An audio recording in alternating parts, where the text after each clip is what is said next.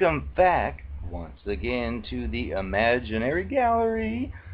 Tonight's topic is compartmentalization, which is a very key ingredient in the narcissist / cluster B toxic person's life.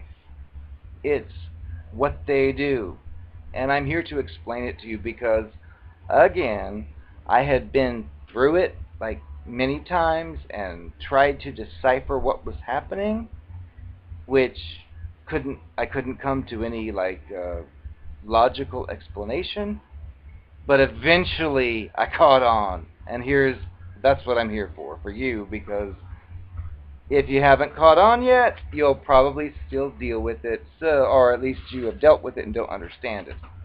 So the compartmentalization is basically this.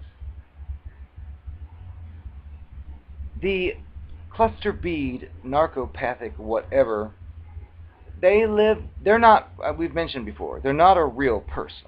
They're not like a person that is like the same basically each day, from day to day, week to week, year to year. No, they switch roles repeatedly based on what it is they're after. So they're not like a real personality.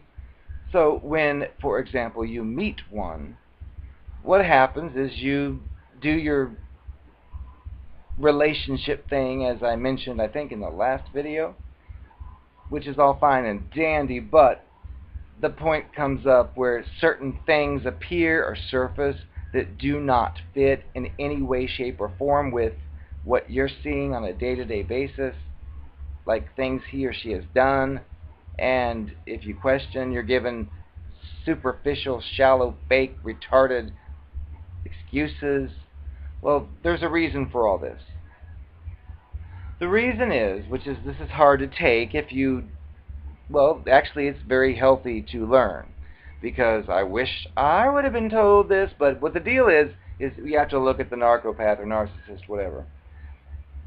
This is a person who has basically given up on themselves, because if you compare this to like a normal, whatever that is, but a normal person goes through their life as whoever they are, they be who they are. But let's say part of who they are is something that 20 people found offensive. Well, a personal growth situation would be, I've told racist jokes to the last 20 dates and none of them like it. Maybe I should tone down the racial jokes. Well, that's what a regular person would do if they keep seeing the same results. But I said the narcissist or the cluster B person, they gave up on themselves, which means they know that their ways are not liked or tolerated by others. But instead of taking that step to fix it and change it, instead they have chosen to learn better ways to cover it up. And that's the difference between them and a real person. A real person recognizes if something isn't working and takes steps to fix it, so maybe it works again. But these people, the cluster Bs, they simply think, oh, that didn't work, I better switch my gears and be a different character.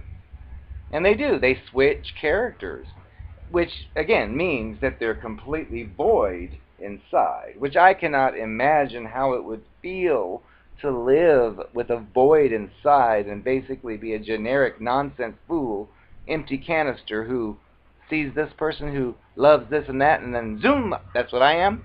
Fake. There's no enjoyment if they keep seeing the same results. But with the narcissist or cluster B, toxic, whatever, no such thing. They do what they do, and what they do is right. But, well, you're not dealing with a real person with these. These people are basically looking at you, assessing you like, what can I get from this person? What do I have to do to get it? How can I get it? How can I do this and that? And that's their motive. And it's sick to think this, but it makes a lot of sense if you've been involved with one and you put all the questions together. It's like, wait a second, maybe. Oh, that's it. Because it's not how most of us think. But the point is that they have compartmentalization, which means you met them at the baseball game and you've been hanging out here and there. Well, part of the dialogue will be, oh, you're the only one I'm seeing. And you think, oh, how flattering. And you believe it, because why wouldn't you? But that will be the way it works, because you are represented in one particular square. So you are in this compartment, which is, we're using he. He's the guy who just fell for you when he saw how pretty you looked on the court, cheering on the team, and he wants to see you. Well, that's like the beginning of the game or the storyline for this box. Well, that's great, but you don't realize that you're part of a tiny box. Because what happens in real life is, let's say he takes you out tonight for a soda, and then the next day he says, hey, I'd like to see you again tonight, and you say, oh, I can't, I've got to go do this with whatever. Well, they'll be like, oh, that's fine, that's fine.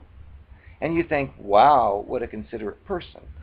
So your conversation dialogues in the future will be wrapped around that situation. So if you ask, like, what did you do last night? It would be, oh, I went to sleep after going to church and I fell asleep in front of the or something innocent, which is going to reinforce your belief that this is true, that this person really is interested in you and is really understanding. But the reality is, that night that you couldn't see him or her, or I guess it's him, well, he picked up his phone and called one of his sex tricks he picked up on a sex site and had a trick with him. You would never suspect that, though, because he's not going to say, oh, you're busy tonight? Well, I think I'm going to call up one of my sex tricks and make love. He's not going to say that. He's going to stick with the script. So you won't even have a clue. And that's what these people do, because they've done it all their life. So you are stuck in that compartment. So this person will then run off in their second compartment, which is with their whore, date, trick, whatever it is, and do whatever they do.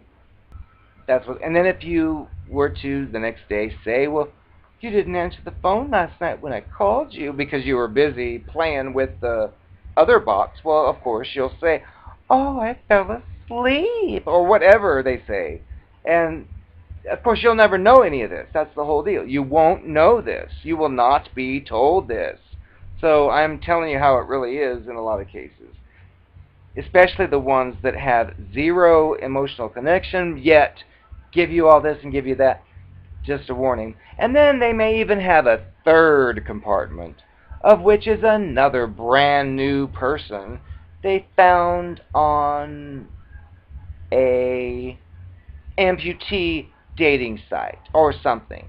And when eventually, if you find out, you'll be like, wait a second, you told me you were like this because he mirrored you and your values, which would never include the second box or the third box. But this person, of course, is trying to maintain that fake image, plus explain those other boxes away if you find out any kind of minor detail. But it's just sickening, because it's like they don't get it. It is retarded. It is retarded.